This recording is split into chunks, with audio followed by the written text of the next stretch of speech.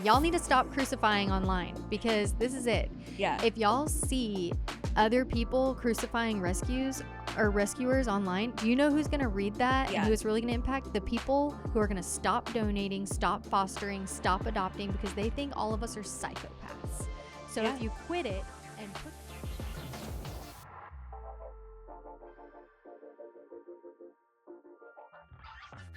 Hi everybody, welcome to this is our third episode of the Lifeline podcast, and I'm really excited. We have Alayna here from Three Little Pitties, which is a ginormous rescue group in our community that helps so many animals. I think I've read 16,000 since 2018, right? Something like that. Yeah. So, which is like absolutely incredible. There's not a lot of rescues in our area that do that. So I'm so excited to have you on, and you really supported us in the beginning too, which I really appreciate. So, every time I do this with my hands. But okay, so I have some questions. It's very informal though. So Three Little Pitties has saved over 60, I pulled this from your website, over 16,000 animals since 2018. Did you ever imagine it would grow this much when you first started? No, I did not imagine it would grow to this degree. I always thought it would be kind of a out of the back of our car type thing. Yeah. But it grew so much in that first year, and we just kept seeing more people join in. And how can you stop when a good thing is going like that? Yeah. I was reading it started as like a hobby for you. Can you like tell us about how that started, and then like when you realized, oh, like this could be a thing? Yeah. So I moved to the South Side whenever I got married, and I just wanted to meet new people. So I started volunteering at a shelter, and then I met a rescue group through a little poster that they had on the wall in that shelter. And it was so cute. It was like homemade and had the little tear off pieces. And I texted the lady and I wanted to get involved and just to, get something to do outside of work because I didn't have kids yet. So that volunteering started in the Alvin area and grew to me wanting to start my own rescue a couple years later. And I told my husband it was going to be a hobby because I was quitting my job and I was going to stay home with my son. Yeah. And now here we are. It just, like I said, it's because people came alongside. It was not just me at all. It's because all of these people just came and said, well, I can bring this skill and talent. I can bring this skill and talent. And I'm like, come on, let's do it. And it just kind of went from there. Okay, that's so amazing. And I started working with you a little bit in like when I was working at Galveston County. That was it was pretty soon after you guys got started. Yeah, Probably like 2018. 2018 was when we first connected. Yeah. And you were already like moving a lot of animals. We did 1,000 in that first year. That's so crazy. But, we kind of already knew what to do because another rescuer planted a seed in me on how to do long distance adoptions. And I will forever be grateful to Lee Selman for that of Southern Comforts Animal Rescue. Okay. She planted that seed in me on how just telling me the basics, like take beautiful pictures and videos and, fully vet them. You need to care about your reputation out there and just kind of planting those basics in my mind. And I had a couple other people invest in me, like Tom English. I know a lot of rescuers know Tom English. I know Tom English. Yeah. And if you just listen to him, he's an educator and he's a researcher. I mean, when he's talking about something, he has researched it. So allowing that knowledge to come in and, listening to those who have done this for a long time, I think that was like the foundation for Three Little Pitties. Okay, that's very good advice. I think I had some advice questions in here. So, you answered like the first four. Oh, and that's awesome. Okay, so growing from a hobby to saving thousands of animals a year is no small feat. What were the biggest obstacles in scaling up so quickly? Definitely the infrastructure, because you can have a lot of energy and you can have a lot of great ideas, but you've got to be able to execute the details because, let's take it back to medical. If you don't have everything right to a T, you're going to harm the reputation of your organization. And people will go on and, do their Google reviews and all of that and talk to their veterinarian. And you need to really care about the reputation because it impacts the entire picture. Yeah. Um, I don't even remember the question on that. No, just like scaling up so Oh, fast. Was there anything where you were like, challenges. but that you answered Yeah, it, I think the infrastructure. infrastructure. Yeah. So, okay, this To was a like big manage the one. volume that you Yes. were able to create so fast. So scaling happened very fast for us, and I feel like we may still even be in that phase. Maybe not on numbers, but just on like magnitude of our efforts, because now we don't just do, rescue adoption. Now we do like behavior program, community outreach has really boomed up. So a lot of different things contribute to us continuing to scale. But I would say a really big challenge for us has been going back and trying to build out policies and procedures Okay. that we always just had in the back of our minds and in our hearts, like of what is Yeah. right, But I jokingly say this, like there's no rescue Bible. So there's not like a firm, hard truth of like, this is the right way to do it. There are probably a million different approaches to what is the right thing. I like the no rescue Bible. I like that. No rescue Bible. So, you got to go to, well, what does your team generally agree is the right way for you guys to do something? And Yeah. then you need to get it in writing and it needs to be official in your organization and saved somewhere. And then whenever new people are onboarded, they need to know about those things because without that, it can be chaos. And Yeah, that's been something we've been trying to go back. And this has taken us years and we're still not there yet. But like building procedures for things that have been in my mind for years, but I've never put it on paper and I've never trained other people. And that's never been like the policy of Three Little Pitties. Well, now it needs to be. Yeah. No, I love that. And that was so one of the other questions was like, how did you go from being like a passionate rescuer to now somebody who manages like a high volume organization? Like you have staff and you have a ton of volunteers and you mean for me personally? What yeah, does it like look that like for me? transition from like, Okay, so it does. I'm gonna run it. I I'm don't gonna want be the to sound executive like I'm director. just talking about myself. Like Well, this that's all why I goes had back you to come on. Talk about yourself. Okay. So this always goes back to, I'm driven because I have the passion to save the animals. Yeah. So if I want to be the best rescuer I can be so that I can save the most number of animals, I've got to realize my weaknesses.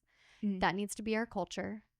Recognize your weaknesses, fix whatever happened, move on. I also need to be willing to recognize where I need to brush up on things. So my board pointed out that I need to take some leadership classes. So I was like, okay, let's sign up. And we found something that Noelle from HPA pointed me in the direction of. And I've been in on those classes. There's a leadership course through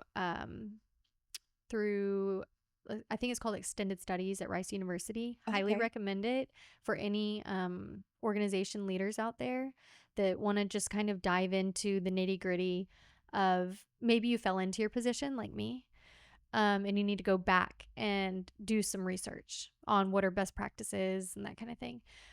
So I think that taking a little bit of time, which is really hard to do as a rescuer. I mean, I just skirted in the parking lot here. An animal here and here and here. Yeah. So taking a minute to realize, hey, I need to improve here to lead the others in a very organized fashion because chaos will not save the most number of animals. Being organized and intentional with as much automation as possible, as much accountability as possible, that will make the biggest impact. And those things are really important. It's just as important as scooping up a dog off the side of the road because you've got to build that foundation for your organization to continue and to scale. Okay, so I'm still going through those challenges, just so you know. It's not like it's solved for Three Little Pitties and for Alayna Goodson. It's not done yet. I appreciate that because like from an outside view, I'm like I'm just like, my mind's blown by all the stuff you guys do. So it is good. It's nice to hear you say like it's still not easy. Did there get, because I'm not there yet, has there gotten to a point where you're like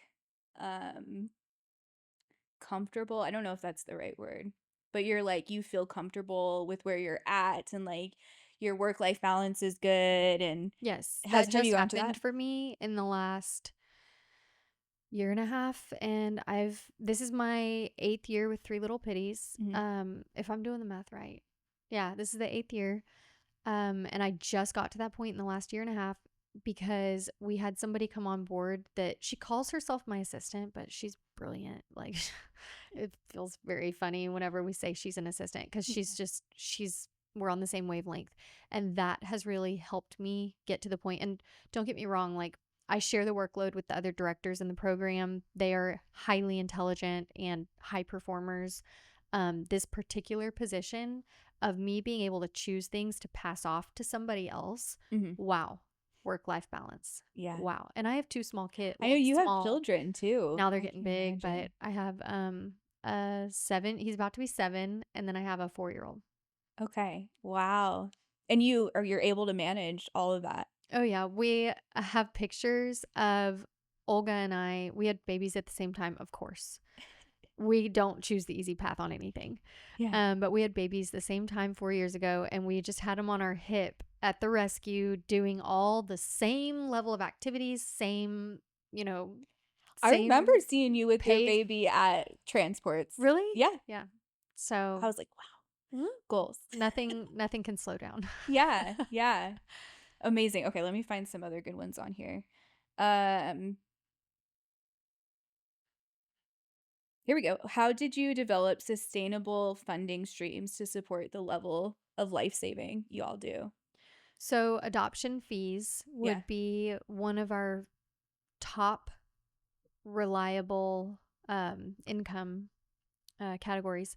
So we are able to charge higher adoption fees because we transport to other regions in the United States. Hmm. So here, a lot of people in Houston, they'll, pick up a dog on the side of the road or in the Walmart parking lot or, free adoptions at shelter, that kind of thing. Yeah. Um, the regions that we're adopting to, we are offering something completely different to them, and we're able to charge a higher adoption fee. Um, I can talk more about that in a minute. I'm going to talk a little bit more about our revenue streams. Okay. We also have built out um, whatever we can in the way of individual donations. So, one Hmm. of those categories within that category would be monthly sponsors, monthly donors. I highly recommend that. We're really trying to build up our program with that. Yeah. Yeah, it Yeah. helps. It Even does. if people just sign up for $5 a month, it's helpful. And then you've got to do little efforts to make sure that you show appreciation. Hmm. So that's another revenue stream. We also do a little bit with our merchandise, a little bit. It doesn't bring in a ton, but it also expands and spreads your brand, and that's important if you're trying to scale in your organization. Yeah. Um, and grants is something that it's kind of like fishing. Such a, Okay. you're like, maybe. Yeah. Yeah. So I don't But even you know what guys to say do about that one. such good work, especially with like large dogs. I'm sure that like I might be wrong. Does that stick out for No, grants or no? not for grants. Okay. No. In fact, we've kind of reached a point with our operating budget where grants are tougher for us because when you are successful and you're able to put money back in the bank for, when S hits the fan, if you have, I feel that it kind of looks not as desperate, I you know? see. You're like, we're actually running really sustainably and beautifully. So they're like, they're fine. Yeah. I mean, I don't know what's going through their head, but we're a little bit worried that, it may start to look that way and it may impact us. And it's always hard during budget season. Like, what do I put on the line for grants? Because I don't know what I'm going to catch. Yeah. So that's about the revenue streams. Um, Back to the Adoptions. adoptions. Yeah. So I would love to address this because we get asked a lot. So we ended up putting an FAQ list on our website, and then we try to post about it every once in a while on our social media. And if anybody ever asks us on social media or on a review, why are your adoption fees higher? We're all on the same page and ready to answer this. So I Mhm. can tell you a little bit Please. more Yeah. about what we offer people. Yeah.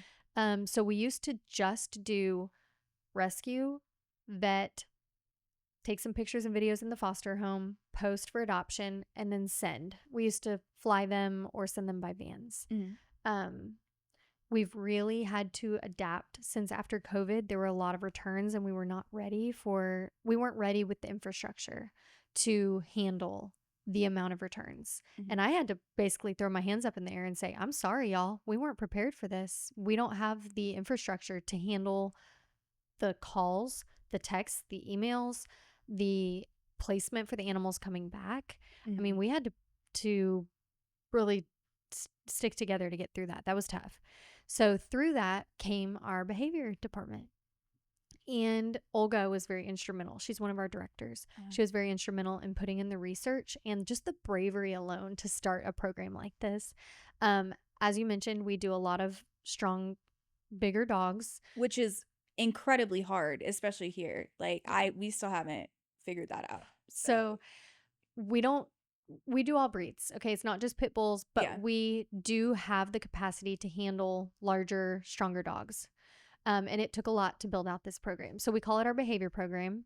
And it involves incorporated in that is our play groups at the rescue. We do fancy footwork classes. I believe this was a leash class that was taught to us by Dogs Playing for Life. Okay. Olga started that program, or didn't start Dogs Playing for Life. Started implementing these classes and practices at our rescue.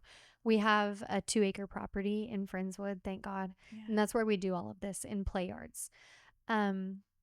So we started doing those classes where we invite our fosters to come so that the dogs can be worked with and stay socialized. We also do it for all of the dogs there in boarding. And then we also do one-on-one training with our behavior team. We have trainers that work there full time.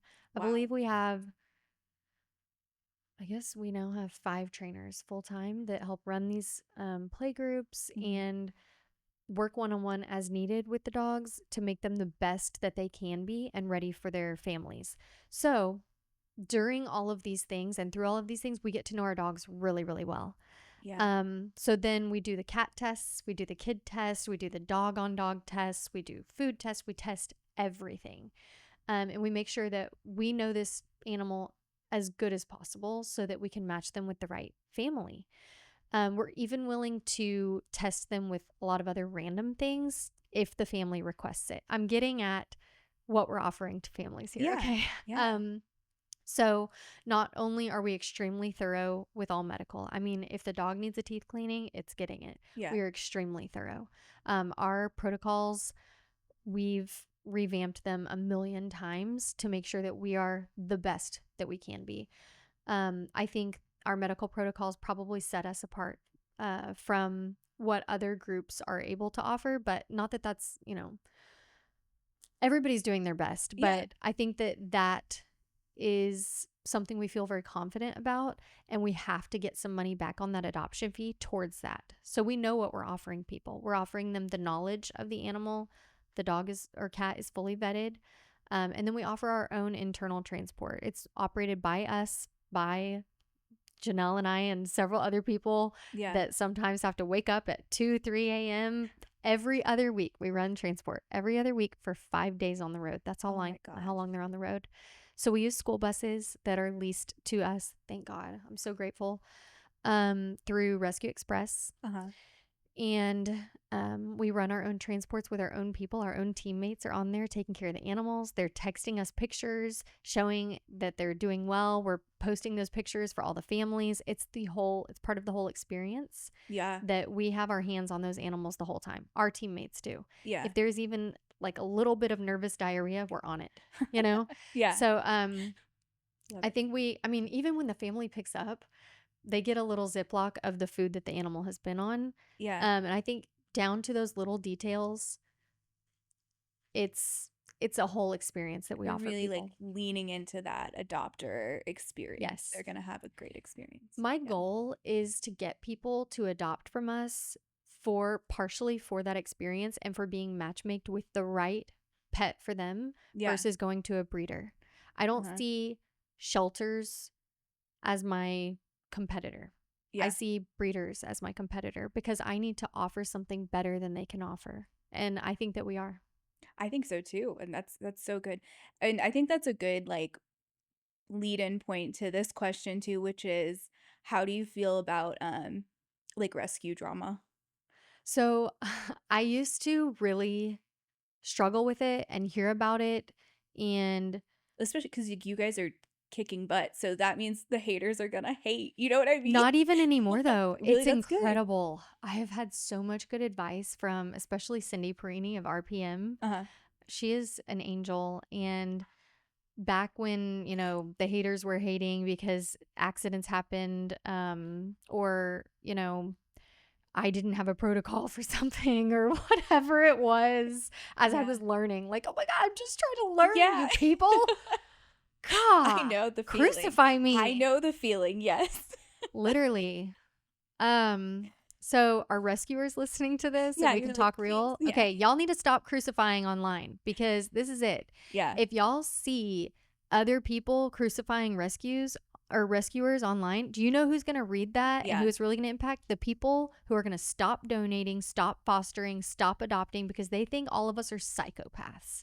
So if Yeah. you quit it and put that away and quit putting it on social media and maybe just call that person directly like a real adult, Yeah. you'll be doing us all a favor, and maybe you won't chase off as many people from being involved in rescue.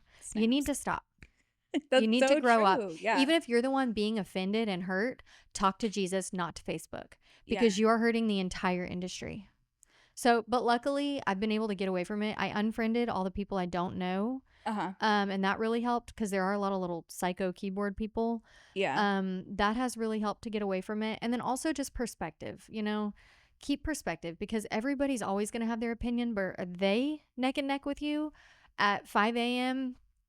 Trying to deliver stillborn puppies? No, Yeah. they ain't. Yeah. So does their opinion matter? No, it does not. And I would say like most of the rescues that are like really in it, they don't have time to like talk about anybody else. Right. Like it's When like, when you've graduated out of that, boy, oh does my it feel good. God, And I it think I does. have graduated. I think even if I get crucified now, I'm going to be laughing that somebody has time to do that. Yeah. Like, come on, y'all. You've got a lot of time on your hands. I'll put you to work. Yeah. That's what Chiquita, she was on from Fix Your Pet, and she was like, if somebody starts pointing a finger at me, I'm like, point it right back at them and said, like, what can you do then to help with Yeah. whatever you're, Yeah. but you also have people who are just kind of Yes. I will psycho. also say, if anybody's watching this that has crucified me, I wonder if I have also helped you after that, because I Mhm. cannot tell you how many people have come back to us that want to partner or need help or need transport, and they have literally kicked my butt on social media in the past, and I'm able to just say, you know what's important is the dogs and the cats. So And what a good feeling for you too to be like, and my organization that runs really well can handle all of that. yeah, Yeah. it That's does. beautiful. I mean, it might feel like a little bit good. Yeah, you're like, Like, okay, I'll help good. you. I love it. I love it. Let's see. Okay, so what's next for Three Little Pitties? Are there any big goals or anything on the horizon you want to Always. share? So we've kind of taken a new approach in the cat department, Okay. and we're trying to grow it, and it's really working. We're really excited. I can't even tell you the details or the secrets there because it's not me. No, you're good. You're good. We have someone else that has kind of jumped in, and she's super enthusiastic about just taking it to a whole new level. So we've seen probably double the number of crates loading on transports for cats to go to new families, which is super Amazing. exciting. And I'm currently looking for money to build out more of our cat barn Okay. so that I can build our capacity there. We also have some nurseries where we have pregnant moms or moms that are about to give birth. And that's really neat because, it's kind of hard to find fosters It for is. that. But now what I'm seeing is I need a place to move those puppies once they're born because I can't find fosters fast enough. And I Yeah. need a comfortable place where they can have indoor outdoor living and go through a doggy door. So that's next for us is puppy camp at the rescue. Puppy camp. Yeah. Oh my gosh, that's so And cute. we're going to have like a little area where volunteers can visit and socialize them. And I Yeah. think that's also going to help us in more ways than one because then when local volunteers come and spend time with the puppies, maybe they'll take them home and foster Yeah. them or come back and volunteer in other ways. So that, and we just opened up the Midwest. We just had our first Midwest run Oh, last week. really? Okay. I got like a couple I'm a more Midwest wrinkles. girl. I'm Oh, from the really? Midwest. Where are Yeah. you from? Illinois. Okay. Yeah. So we're going to Chicago Okay, good. as part of that run, and it went really well. I think, gosh, I should know this number. I want to say we had 20 animals on the Midwest run. I Okay. can't really remember the number exactly, maybe 16. But that's super exciting for us to open up a new region, a new territory. Hmm. Everything at Three Little Pitties does have a business approach, but I do think that that is part of why we've been able to grow things. And, the business word would be scale. Um, and the business approach there is if you have something and you market it in a lot of different areas, you'll get it out there faster. You'll move Hmm. it faster, right? Yeah. So we've added the Midwest as a new territory, and it gets, if you have a husky posted here, you ain't getting no apps. But then if Yeah. you post that husky in 30 or 40 places and you can get that husky there fast once it's adopted, it may move 30 or 40 times faster. Yeah. So that's what we're doing. And we started the Midwest with a van, and then we are hoping and ready for it to grow to a bus. And then we'll be sending 3 buses out every other week on Thursday evenings. Amazing. Cool. Yes, big things in store. I really like the puppy camp. I think that's so cute. I Thank think you. that's a good idea. What's the most rewarding part of this work that keeps you going? Um, I try to spend time with the animals as much as I can, and I try to often pick ones that I want to save, which isn't easy to pick. But I think that keeps my heart in it. Yeah, Um, because, that's you why you know, started. yeah, that's how I started. Yeah. And for me to be too far removed from those things, I feel that I may lose my drive, Mhm. and I need that drive. It's like caffeine, Yeah. I need to stay connected in that emotional way because it's so easy to fall into the business side because it really does become that Yeah. for us. I mean, anybody can see this on our 990. I think that our current operating budget is about 4.2 million, and like I said, we're pushing to save 3,000 animals this year. Yeah. So, when it comes to that, you've got 45 employees plus, another 25 contractors. Things you can get busy with all of the details of the business, Yeah. and you really have to kind of stay connected. Find the time to, Yeah, yeah. That's yeah. okay. Beautiful. Yeah. What advice would you have to like an organization like ours or any like grassroots organization who's like much smaller that's trying to grow? Um, Definitely lean in on people that have business backgrounds. Okay. You know, I don't know if you remember this, but when I started, I called you for advice, and that was like one of your first things. You're like, you're really gonna want to like lean into your heart, but you really have to focus on running a sustainable business. And that's been very true. I'm glad I said that. Yeah. Yeah. Yeah, if you are wanting to grow your organization so that you can save more lives, I Hmm. think that you do have to look at where do you have inefficiencies? Where do you have extra expenses that could be renegotiated? Where are you bleeding? Yeah. Because you're trying to save the most number of lives for the little amount of the smallest amount of money possible, right? So that you can keep growing the number of lives saved. And Yeah. that really takes a business mind. So if you're trying to run an organization and you don't see those things as your strength, get some people in on your board that have successful businesses, whether that be the marketing piece or the accounting piece or just like the infrastructure piece. Get some people in that are going to advise you and lean in on them. And you be the passion, you be the heart, and let them be the mind and listen to them if that's what you're trying to do. Not all rescuers want to do that. Some I've seen want to keep it small. They don't want to grow it Yeah. because That's a good that's not what they reminder want in their too. They life. just want like a And that's smaller. okay. Yeah. Yeah. That's totally fine. That's not me. I'm like, let's go big. Yeah, I want to just keep taking that number up. And Yeah. sometimes I'm like, I look at my team and I'm like, do y'all want me to stop? Because y'all can tell me Do you want and me we to can stop? take this down a notch. And they're like, Yeah. no, we're okay. We're okay. We're okay. Yeah. I have just the most amazing team. I want to say Sounds their like it. names really quick, Go our please. directors. Yes. Okay, so Cynthia Pena, she's our director of adoptions. Uh-huh. She has been an adoption coordinator for since I met her 8 or 9 years ago when she brought dog crates to my house. She's just so smart. She is an expert in adoptions and in customer service. Okay. Good. Good. Um, let's see, Olga. Olga, I mentioned she built out the behavior program. She also handles all of our intake, which, Three Little Pitties can be selective because we don't want to adopt out a pit bull that's going to bite somebody. So Yeah. we have every animal go through an assessment before it comes into the program. She's the one that set up all of those processes. Mhm. She also manages all of the dogs, all of the higher level of activities at our boarding facility. And then we have Janelle. She is incredibly smart. I met her by making a post on Pet Finder asking for volunteers in Washington. Okay. So she reached out and she kept bugging me because after I made that post, I didn't even have time to answer people's emails. And I was like, oh crap. Everybody else gave up on me except Janelle. She kept banging on that door. And she's just incredibly intelligent. She handles all of our accounting and operations, ordering, she's technology. It's like the infrastructure of the business side. Super smart. I always say, what's that detective show where the people are walking around through the building trying to hunt the bad guy, and then they have the earpiece, and the girl is like, Oh, go on the left, comms? go right. Yeah, yeah. That's Janelle. Yeah. She's the go left, go right girl. Yeah.